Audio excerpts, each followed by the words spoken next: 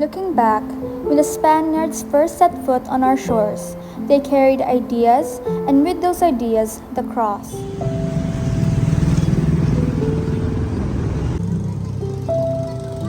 When I walk through the doors of this parish, I feel my grandparents' footsteps beside me.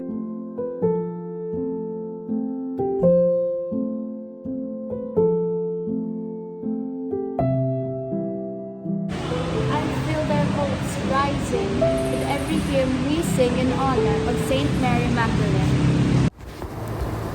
In the heart of Hinigaran, Negros Occidental, stands a monument of faith, a silent witness to centuries of devotion, sacrifice, and survival.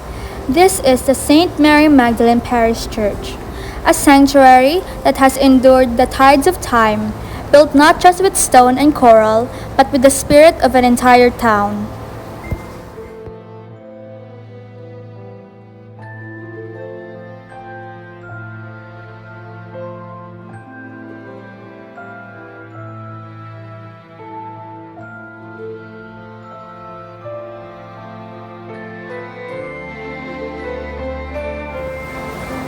The story begins in 1848 when Augustinian Recollect missionaries arrived shores, led by Father Jose Maria Pavon. They sought not merely to build walls but to build a home for the soul. What began as a humble chapel of nipa and bamboo soon rise into one of the most enduring symbols of colonial faith in Negros. Here, every stone tells a story. Egg whites mixed into lime served as mortar, the very breath of the builders forever sealed in the church's bones. From the shores of Guimaras, coral blocks were ferried by hand. From the forests of Patikwe, hardwood pillars were carried on the backs of men and beasts alike. Each villager gave labor, 15 days a month, not for wage but for worship. The church was completed around 1881, its architecture bearing the soul of the Spanish Baroque, softened by the humility of its people. For more than a century, this parish has been the heart of the town. Baptisms, weddings, funerals, moments of joy, and moments of loss. Every generation has left footprints on these floors. In wartime, these walls sheltered the frightened. In calamity, it became a refuge. When the earth trembled and storms threatened, the church stood steadfast, like a lighthouse for the faithful.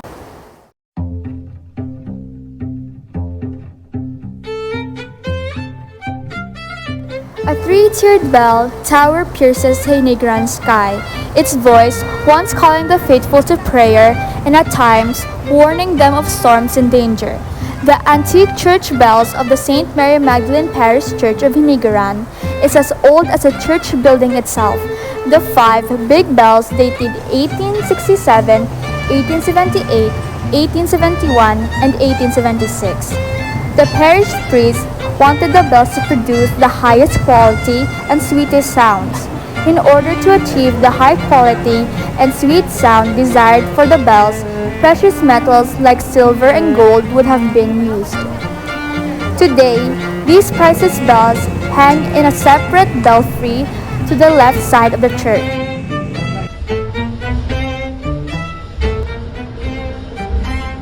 Every July, the bells of St. Mary Magdalene Parish ring in remembrance,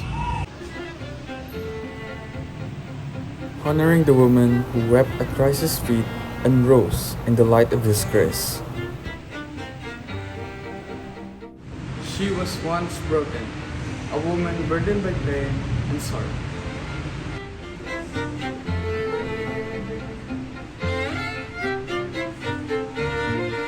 Yet through her tears, she found the face of Christ. Mary Magdalene, the first to witness the resurrection, became the messenger of hope. Her story reminds us that no darkness is too deep and no past too heavy. Mary Magdalene never left Jesus. When many ran away in fear, she stayed at the foot of the cross. She was the first to proclaim that Christ had risen, speaking of hope when the world was filled with fear. Mary Magdalene used her life to serve Jesus, not for praise, but out of deep love. In the parish, community members clean the church's ground, arrange flowers, and teach catechism. Their hands become instruments of service. Even the smallest role is a gift to God. Her story reminds us that no past is too broken. She shows that forgiveness can transform anyone.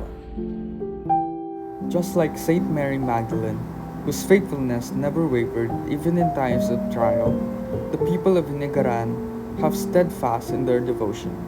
Her love and devotion to Jesus inspire the community to serve with sincerity and compassion. Her repentance and humility reminds us that every person can be renewed through faith.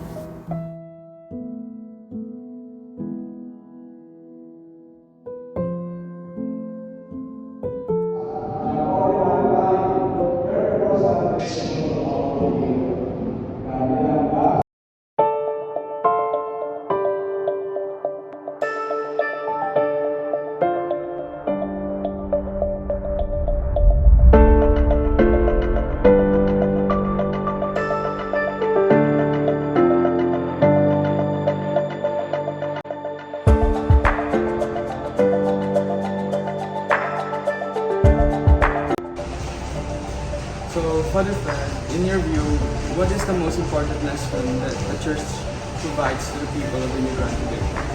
As far as my observation goes, the most important lesson the church provides to the people of Hinigaran today is cooperation and unity.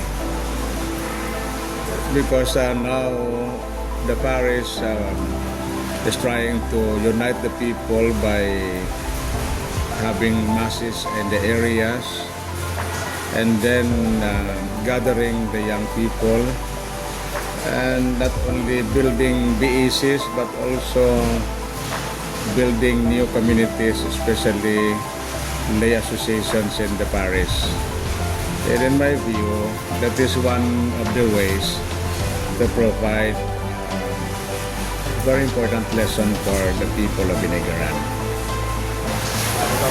Father, how does the church foster unity and collaboration among the parishioners, similar to the way that the community built the church about centuries ago?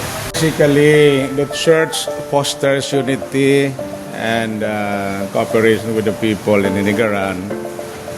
Number one, continued education for the people, gathering them to make them understand that being united in the parish is one of the most effective ways to build the church, people of God. And at the same time, providing them the venues to learn and to share their talents and abilities, especially in building communities within the parish. Since you've been to other parishes, how does St. Mary Magdalene differ from them? I've been in so many parishes before.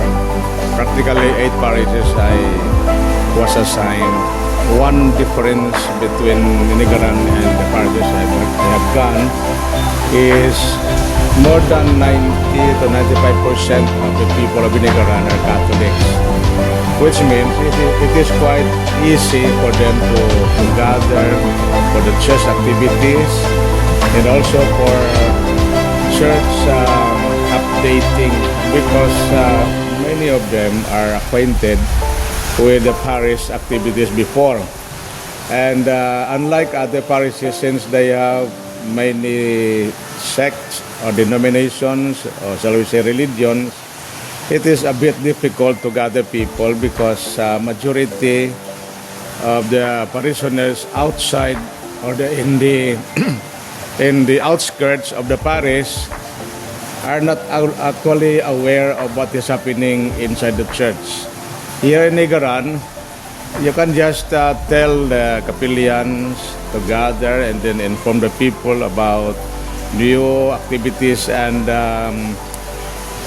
new plans of the parish, and I think it is quite easy to gather them right away.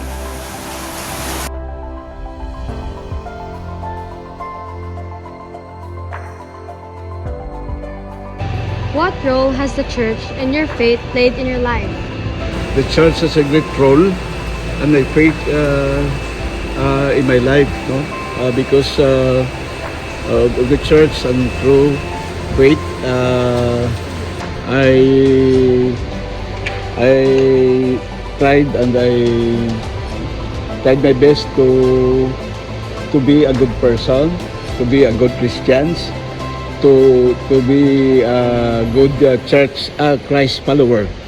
Christ, the church told us or teaches us to love Jesus as what the God's commandment is. The true church and through my faith, I learned and I live to love. And how do you deal with the struggles and challenges you face in life? And how does church community help? Depend on the grace of God. I keep on praying. I keep on asking His guidance to give me the courage. The church is very open, especially me as our leaders, me as one of the active lay workers. We're here in our parish. The church did not abandon me.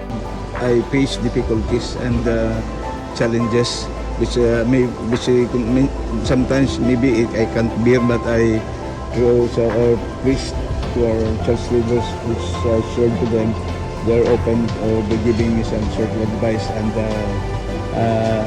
help, of course, how I can overcome those challenges and difficulties that I encountered in my life. How did the community of the church help you through hard times? So, ang pagbulig sa church hakon, if may problem ka, kung ara ka nang sa lowest point mo nga stop ka na, ara gid ang church para magbulig sa imo and ang imo nga mga friend diri sa church. Kag itudloan kanila kung paano mo ma-handle ang isang problem. Sa problema na pwede mo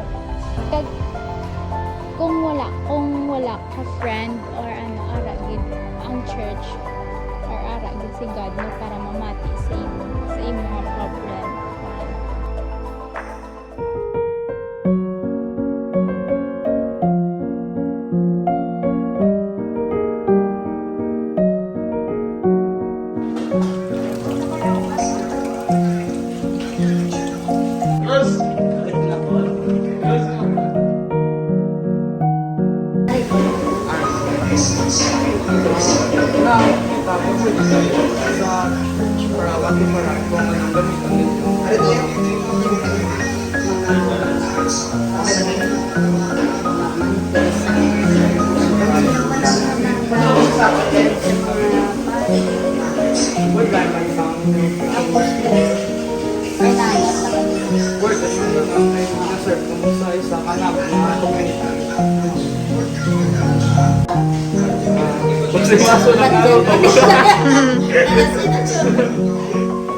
Maski, hindi ko lang tapos kapag yapon, wala parang mag-work kaya sinalot ko na sir mga mga tao ang grade asal na online sa mga display lang gamit sir kaya po nadala po mga dala nasa graduating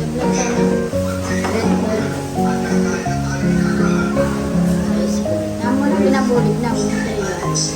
Uy, inalayan niya na. Christianity now is the mortar that holds us together. It has become our strength in times of great difficulty, seeing the bright future and plucking up our courage. Here is the St. Mary Magdalene Church. It is a symbol of strength of the people through hard times.